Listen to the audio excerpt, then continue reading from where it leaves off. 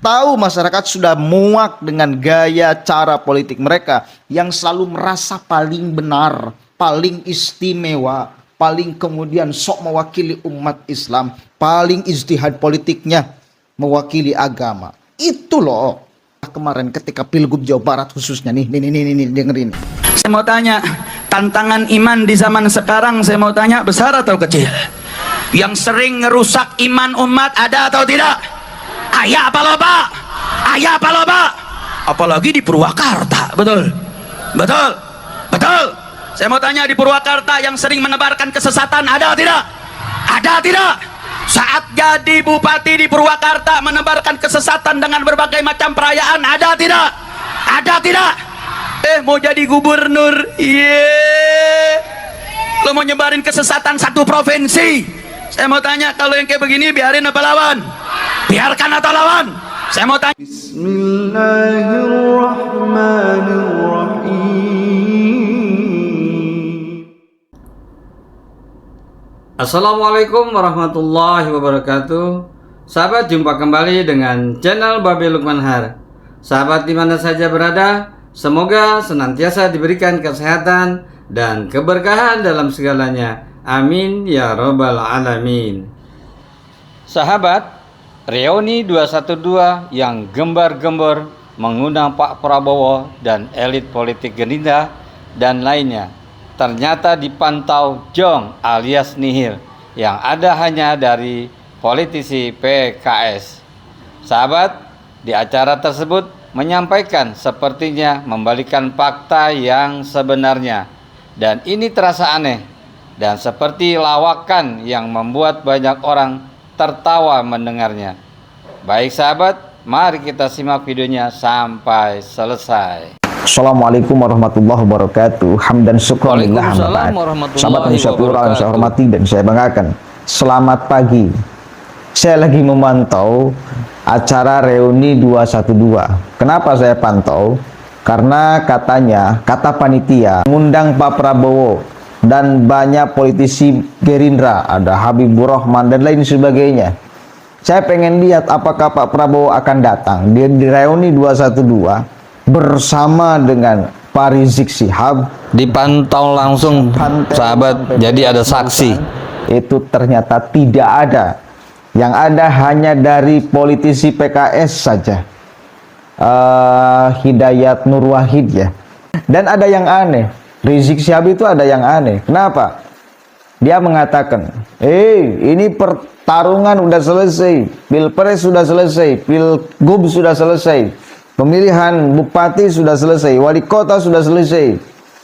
Udah, kita kembali bersatu. Saya aneh. Di momentum politik saya lihat-lihat, ada yang berani memunafikkan, memecah belah umat gara-gara urusan politik, memusyrik-musyrikkan, mengkafir-kafirkan.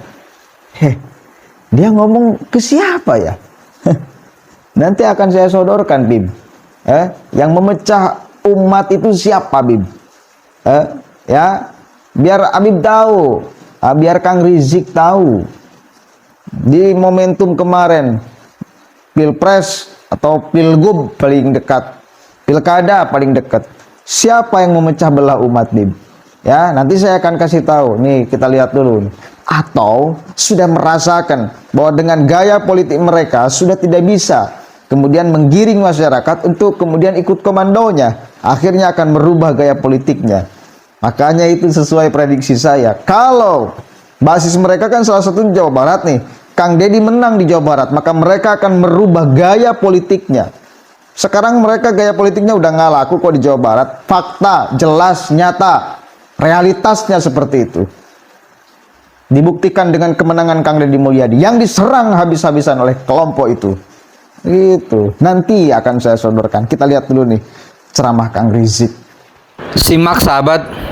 Berikutnya yang tidak boleh saya lupakan juga ya kawan, alhamdulillah Pilpres sudah selesai, Pilkada sudah selesai, Pilkada serentak saudara.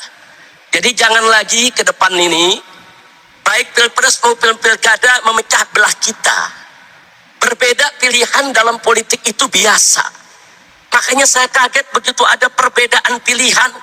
Saudara, Berani-beraninya ulama dimunafik-munafikkan, disesat-sesatkan, dikafir-kafirkan.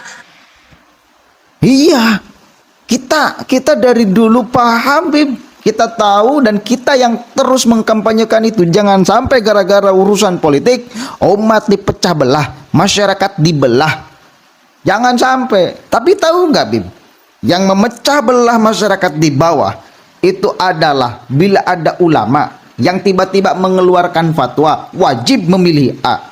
Yang tiba-tiba ada yang ngakunya sebagai ulama mengatakan ittifaq ulama memilih A, padahal tidak demikian. Ada banyak ulama yang tidak memilih A. Itu menafikan loh. Itu, Bib. Yang memecah belah itu yang seperti itu tuh. Yang kemudian memusyrik-musyrikan lawan politiknya, calon pemimpin yang tidak didukung oleh dia, dimusyrik-musyrikan, dikafir-kafirkan. Itu, Bib, yang memecah belah. Dan nanti akan saya tunjukkan, Bib, siapa orangnya. Dekat kok dengan Habib, deket banget itu, deket banget. Mungkin satu rumah.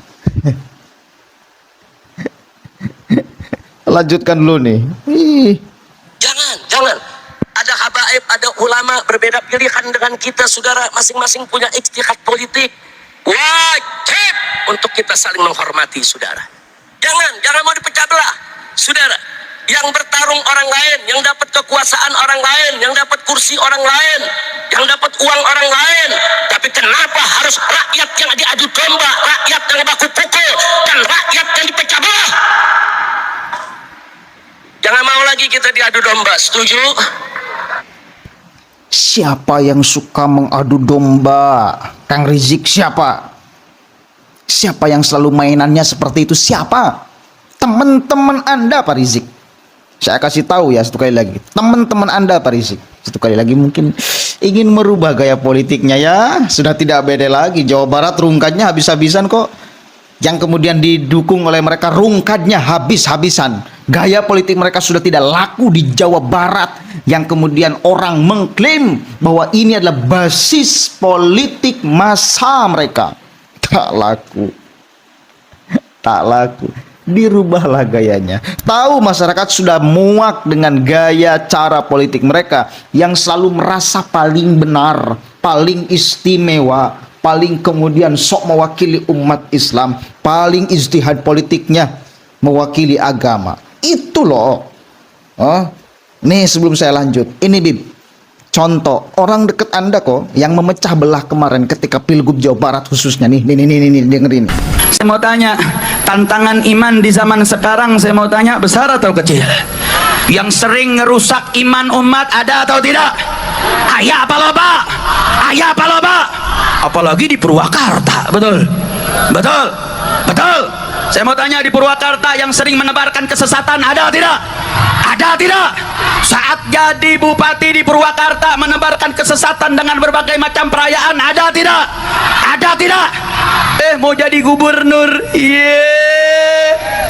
lo mau nyebarin kesesatan satu provinsi. Saya mau tanya, kalau yang kayak begini biarin apa lawan? Biarkan atau lawan? Saya mau tanya, warga Jawa Barat rela tidak gubernurnya suka kesesatan? Rela atau tidak? Rela atau tidak? Takbir! Itu Kang Rizik yang memecah belah jelas warga Jawa Barat. Masya Allah. Jawa Barat. Provokasi dia, nggak laku. Ini orang ngadu domba atau tidak kira-kira Kang Rizik? Sepemahaman Anda Pak Rizik, ini orang ngadu domba atau tidak? Bukankah itu adalah mantu Anda Pak Rizik? Hussein Alatos. Mantu Anda Pak Rizik, Hussein Alatos. Betapa tega dia gara-gara urusan politik menyerang calon pemimpin yang tidak didukung oleh dia. Bahar Smith juga sama. Bukankah itu juga circle Anda Pak Rizik? Itu yang jelas mengadu domba. Itu yang jelas memecah belah masyarakat. Jelas itu. Orang tahu kok, masyarakat tahu kok. Masyarakat Jawa Barat tahu kok. Se-Indonesia juga saya kira tahu siapa yang berperan selalu memecah belah masyarakat. Pilpres kemarin ada sekelompok ulama dari circle Anda juga kok. Teman-teman Anda juga kok yang memberikan fatwa wajib memilih Anies Baswedan di Jawa Barat khususnya. Itu loh yang memecah belah itu. Terus yang pilih orang lain, haram gitu. Jadi teman-teman Anda Pak Rizik yang harus dibereskan itu tuh. Di setiap momentum politik jangan sembarangan mengeluarkan fatwa, jangan sembarangan mengeluarkan ayat dalil dan lain sebagainya ya. Nah, apalagi sambil menafikan yang lainnya, dan itu biasa mereka lakukan. Saya katakan lagi, biasa mereka melakukan itu. Udah, kita harus tegas kok. Kenapa seolah-olah mau cuci tangan soal orang lain yang kemudian mengadu domba, memecah belah. Kelompok itu tuh yang selalu memecah belah itu, mengadu domba. Teman-teman Rizik Syihab juga kok. Dan publik sudah tahu sekarang. Tiba-tiba mau seolah-olah dituduhkan kepada orang lain. Teman-teman Anda Pak Rizik, circle Anda,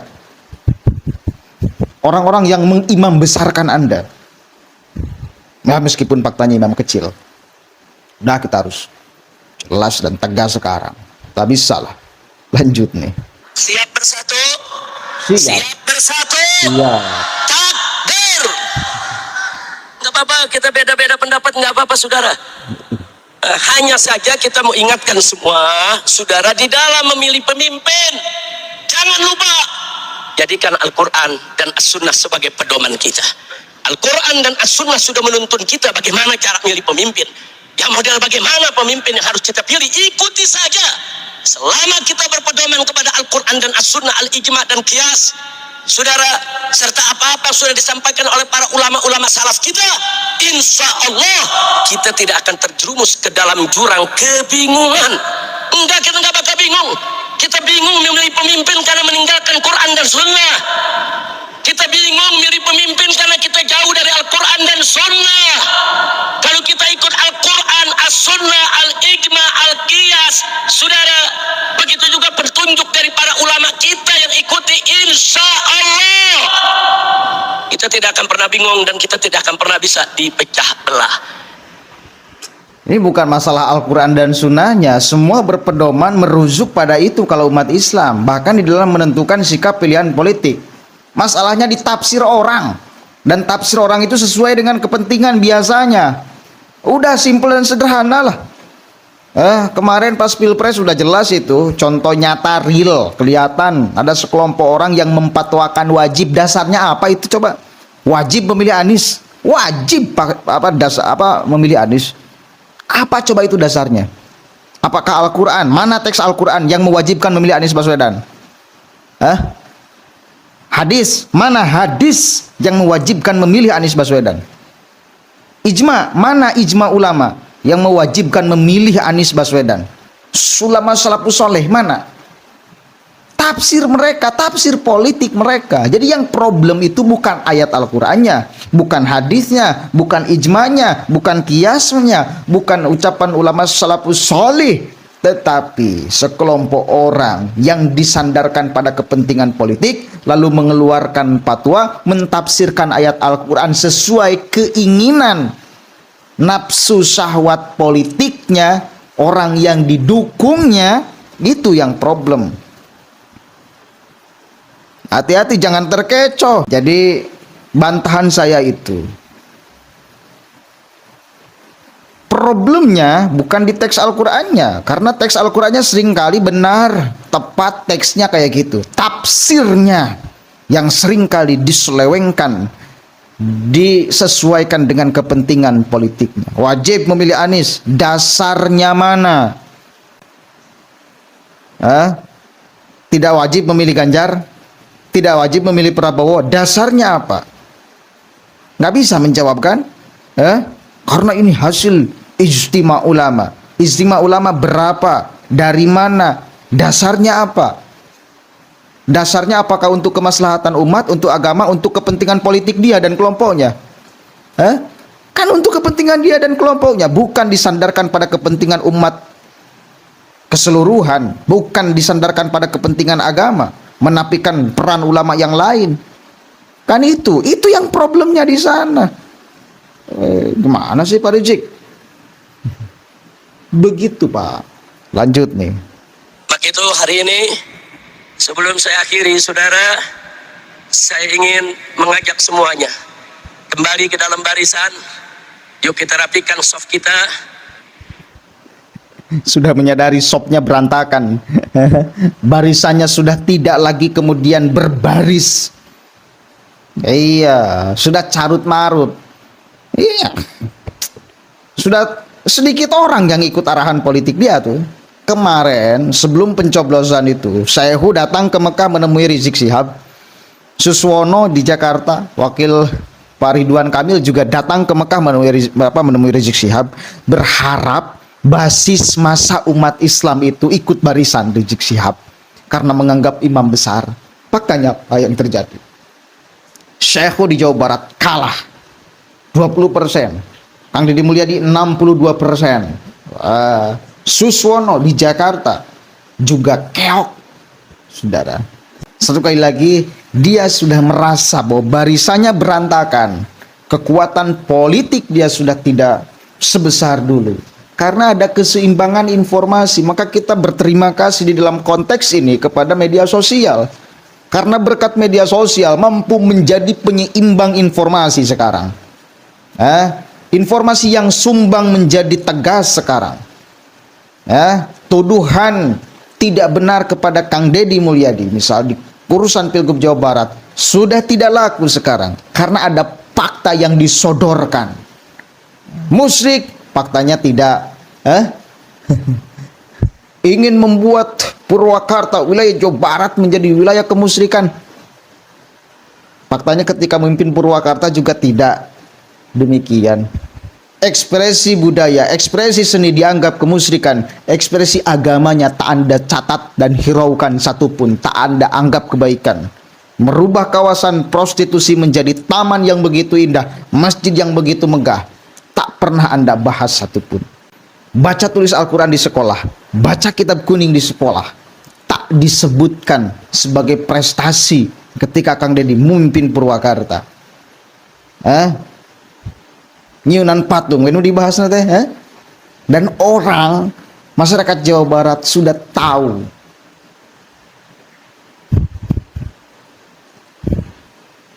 Begitu. Jadi dia sadar perannya, kekuatan politiknya, basis massa yang biasanya ikut fatwa dia sudah pecah belah, sudah bubar jalan, sudah tidak lagi solid karena tahu ini orang tujuannya apa, maksudnya seperti apa, dan lain sebagainya. Ngomong orang seolah-olah jangan adu domba, padahal kelompoknya yang selalu mengadu domba. Jangan pecah belah masyarakat, padahal kelompoknya yang suka pecah belah masyarakat urusan kepentingan politik. Membuat fatwa sembarangan, menghukumi orang sembarangan gara-gara urusan tujuannya politik. Kan itu, dan masyarakat tahu itu. Muak pada akhirnya. Apa yang terjadi pada ujungnya? Tidak ikut komando politik mereka, dan terbukti sekarang di mana-mana calon yang didukung oleh mereka rungkan, saudara. Fakta itu. Fakta. Jakarta keok, Purwakarta keok, Depok keok, Jawa Barat keok. Assalamualaikum warahmatullahi wabarakatuh.